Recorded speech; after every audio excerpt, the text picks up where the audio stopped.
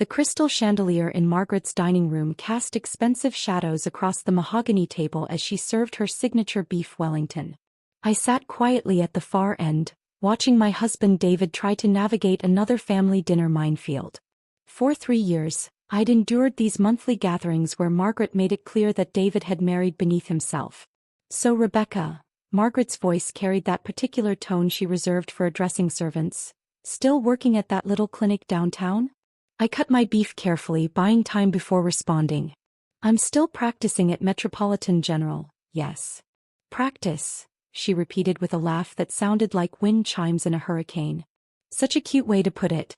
Though I suppose calling it work would be more accurate for someone in your position. David shifted uncomfortably beside me. "Mom, Rebecca's one of the best." "Oh darling," Margaret waved her diamond-encrusted hand dismissively. "I'm sure she's very dedicated. But let's not pretend it's the same as real medicine. Nurses are wonderful of course, but they're more like medical assistants, aren't they?"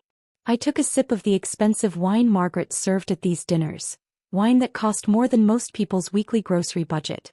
She had no idea that I'd been the one who'd recommended this particular vintage to the sommelier at Le Bernardin when I dined there last month with the hospital's board of directors. "Rebecca does important work," David said, his voice tight with frustration I'd heard building for months. "Of course she does," Margaret agreed with that patronizing smile I'd grown to recognize. "Someone has to empty bedpans and take temperatures. Very important work indeed." My phone buzzed against my leg, a text from Dr. Harrison asking if I could review surgical notes for tomorrow morning's triple bypass.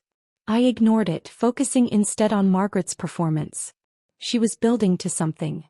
I could feel it in the way she kept glancing at her other son Thomas and his wife Jennifer, who sat across from us like an audience waiting for the main act.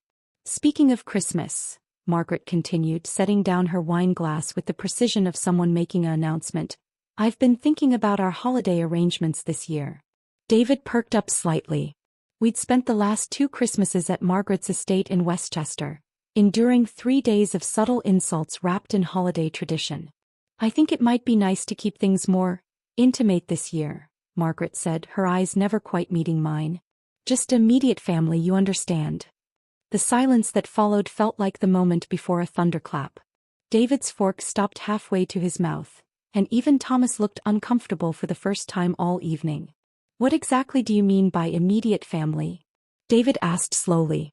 Margaret's smile became razor-sharp. "Well, blood family, obviously. Thomas and Jennifer, you and me, your father when he's feeling well enough. People who truly belong together during the holidays."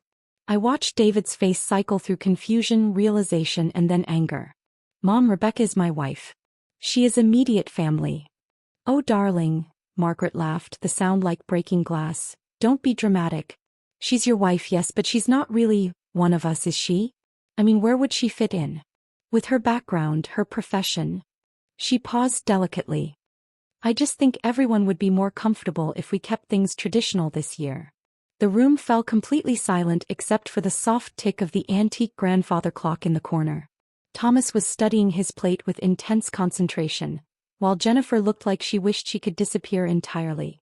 "Rebecca has been part of this family for 3 years," David said, his voice dangerously quiet. "Has she though?" Margaret tilted her head with mock curiosity. "I mean, she works constantly. Those awful hours at the hospital. And honestly, David, you have to admit she doesn't quite understand our lifestyle. Remember last Christmas when she brought that store-bought pie? Or when she didn't know who the Vanderbilts were at the country club?" Each word was a precisely aimed dart, designed to highlight every moment I'd felt out of place in their world of old money and older prejudices. Margaret had been cataloging my perceived failures for years, waiting for the perfect moment to deploy them. "Don't bother coming to Christmas," Margaret said finally, her voice taking on the tone she probably used with household staff. "We don't need some nurse pretending to be family when we're trying to have a meaningful holiday celebration." The words hung in the air like poison gas. David pushed back from the table so violently his chair scraped against the hardwood floor. "That's enough," he started, but I placed a gentle hand on his arm. "It's fine," I said quietly, my voice steady despite the fury building in my chest. I looked directly at Margaret for the first time all evening. "I understand completely. Margaret's smile widened, satisfaction gleaming in her eyes. I knew you'd be reasonable about this, Rebecca. You always were practical. I stood up slowly, smoothing my simple black dress. The one Margaret had once commented was appropriately modest for someone in your position. Thank you for dinner, Margaret. It was illuminating. I picked up my purse, a classic leather bag I'd bought myself after my first solo surgery. Not that Margaret knew that detail. David, I'll meet you at home. As I walked toward the door, I heard Margaret stage whisper to Thomas, see? She knows her place. Sometimes these situations resolve themselves. In my car, I sat for a moment in Margaret's circular driveway, looking back at the imposing colonial mansion where warm lights spilled from every window. My phone buzzed again. Dr. Martinez asking about surgical schedules for the holiday week. I responded quickly, then scrolled through my contacts until I found the number for the travel agent who'd arranged my last medical conference trip. Hi, this is Dr. Rebecca Chin. I need to book a last-minute trip to Hawaii for Christmas week. Yes, somewhere with excellent spa services and no cell phone reception. 3 hours later, I was packing my bags while David paced our bedroom, alternating between apologies and rage. I can't believe she said that to you, he muttered for the 5th time. Pretending to be family? You're family. You're my wife, for God's sake. I folded a sundress into my suitcase, already imagining Hawaiian beaches instead of awkward Christmas dinners. David, your mother has made her position clear. She doesn't consider me part of the family, and honestly, I'm tired of pretending that's going to change. So you're just going to run away to Hawaii? I looked up at him, this man I'd fallen in love with despite his complicated family dynamics. I'm going to spend Christmas somewhere I'm actually wanted. You're welcome to join me, or you can go to your mother's and explain why your wife isn't there. David sat heavily on the bed. She'll never accept you, will she? Probably not. But that's her loss, not mine. What I didn't tell David, what I'd never told anyone in his family, was that Margaret's opinion of me mattered less and less each day. While she saw me as some lowly nurse who'd trapped her son, the rest of the medical world knew me as Dr. Rebecca Chin, one of the youngest cardiac surgeons to ever receive department head privileges at Metropolitan General. The next morning, I was on a plane to Maui watching snow-covered New York disappear beneath the clouds. My phone had a dozen messages from David, ranging from apologies to updates about the family drama my absence had caused. Margaret apparently was spinning my Hawaii trip as proof that I'd never really wanted to be part of their family anyway. I spent Christmas Eve on a beach in Wailea, reading surgical journals and sipping drinks with little umbrellas. The sun was warm on my skin, and for the first time in months, I felt the tension in my shoulders begin to dissolve. I'd spent 3 years trying to fit into Margaret's narrow definition of acceptable family, and all it had earned me was a disinvitation from Christmas dinner. My phone rang at sunset, interrupting my peaceful contemplation of the Pacific Ocean. David's name flashed on the screen. Hey, I answered, expecting another update about family tensions. Rebecca, you need to come home. David's voice was tight with panic. Mom. She's had a heart attack. I sat up in my beach chair, my medical training instantly taking over. When? What hospital? About an hour ago. She collapsed during Christmas dinner. We're at Westchester Medical Center, but Rebecca? His voice broke. The doctors here are saying it's bad. Really bad. They're talking about emergency surgery, but their cardiac surgeon is stuck in the storm upstate. I was already walking toward my hotel room, my mind cataloging everything I knew about Westchester Medical's cardiac program. Good facility, competent staff, but their head of cardiac surgery had retired last month and they'd been operating with limited coverage. What's her condition? Massive heart attack. They're saying something about blockages in multiple arteries. Rebecca, they're not sure she's going to make it through the night without surgery. I reached my room and started throwing clothes into my suitcase. David, I need you to listen carefully. Tell the attending physician that Dr. Rebecca Chin is available for emergency consultation. Give them my credentials and tell them I can be there in 8 hours. Silence on the other end. Then, Dr. Rebecca Chin? Rebecca, what are you talking about? I'm a cardiac surgeon, David. I have been for 7 years. Another long pause. You're a nurse. You work at Metropolitan General as a nurse. I zipped my suitcase and headed toward the door. I'm the head of cardiac surgery at Metropolitan General. I've been the head of cardiac surgery for 2 years. The silence stretched so long I thought the call had dropped. Finally, David's voice came through, barely a whisper. "Why didn't you ever tell us?" "Because your mother made it clear that being a nurse was already too ambitious for someone like me." I saw no reason to complicate things. I was in a taxi to the airport when David called back. "Rebecca, I talked to the doctors. They looked you up. Jesus Christ, you've performed over 300 cardiac surgeries. You pioneered that new technique for valve replacement. There are articles about you in medical journals." "Yes. And you let my mother treat you like a nurse who didn't know her place?" "Yes, I did." I could hear the chaos of the hospital in the background. Machines beeping, urgent voices, the organized panic of a medical emergency. "She needs surgery within the next 6 hours, David said quietly. "The doctors here. They're good, but they're saying this is beyond their expertise. They need someone who specializes in complex cardiac cases." I closed my eyes as the taxi pulled into Maui's airport. "I'll be there." The flight back to New York was the longest 8 hours of my life. Not because I was worried about Margaret, though I was, despite everything, but because I was finally going to have the conversation I'd been avoiding for 3 years. David met me at JFK with a car that raced through empty Christmas night streets toward Westchester.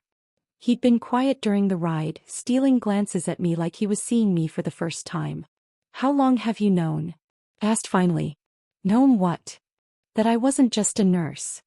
He ran a hand through his hair. "I always knew you were smart. Smarter than anyone gave you credit for. But Rebecca, you never corrected us when Mom called you a nurse. You never said anything about being a doctor. Would it have mattered?" David looked out the window at the dark suburbs flashing past. "To Mom? Probably not. She would have found something else to disapprove of. But to me." He turned to face me.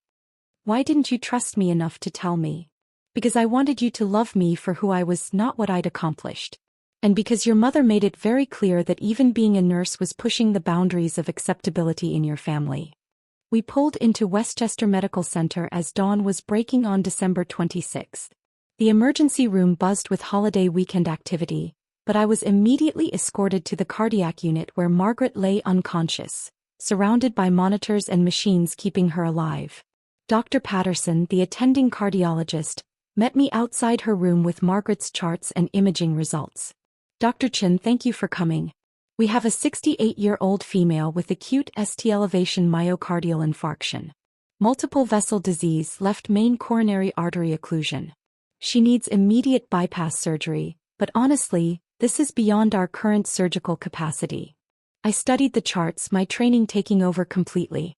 Margaret needed a quadruple bypass and she needed it within the next 2 hours. It was exactly the kind of complex cardiac case I'd performed dozens of times.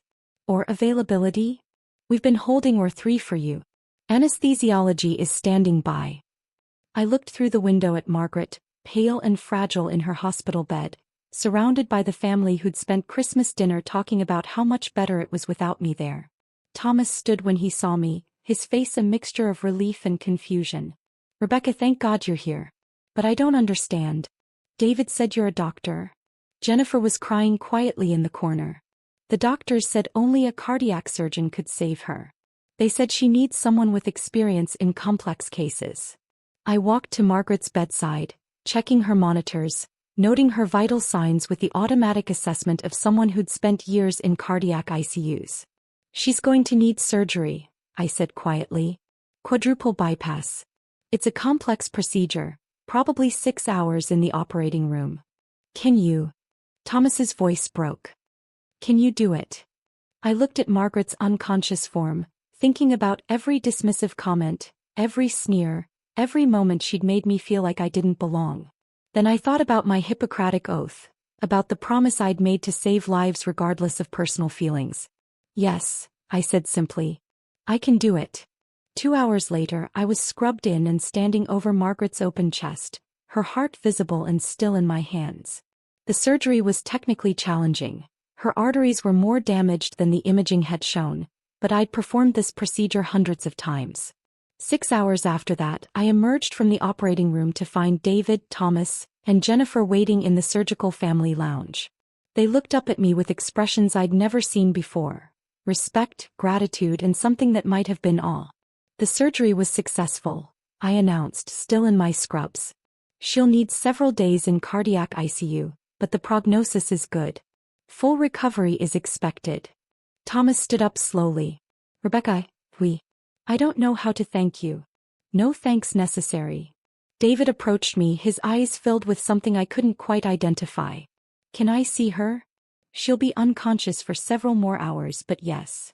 As we walked toward the cardiac ICU, David asked quietly, what happens now? Now she recovers. The surgery went well, but she'll need cardiac rehabilitation, medication compliance, lifestyle changes. That's not what I meant. I stopped walking and turned to face him.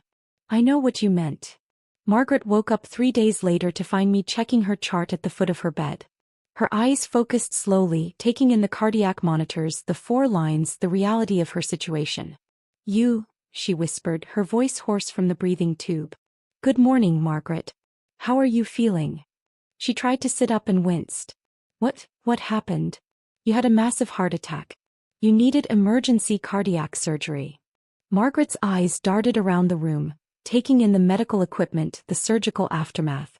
The doctor's here. They fixed me? I set down her chart and moved closer to her bed. I performed your surgery, Margaret. Quadruple bypass. You're going to be fine. The silence that followed was unlike anything I'd ever experienced. Margaret stared at me with an expression that cycled through confusion, disbelief, and finally something that might have been recognition.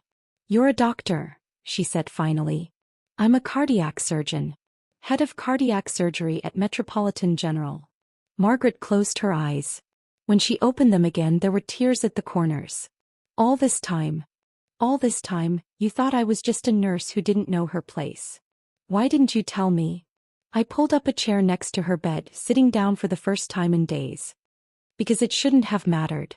Whether I was a nurse or a doctor or anything else, I was still David's wife. I was still part of your family, whether you wanted to acknowledge it or not. Margaret was quiet for a long time, staring at the ceiling. Finally, she turned to look at me directly. I almost died.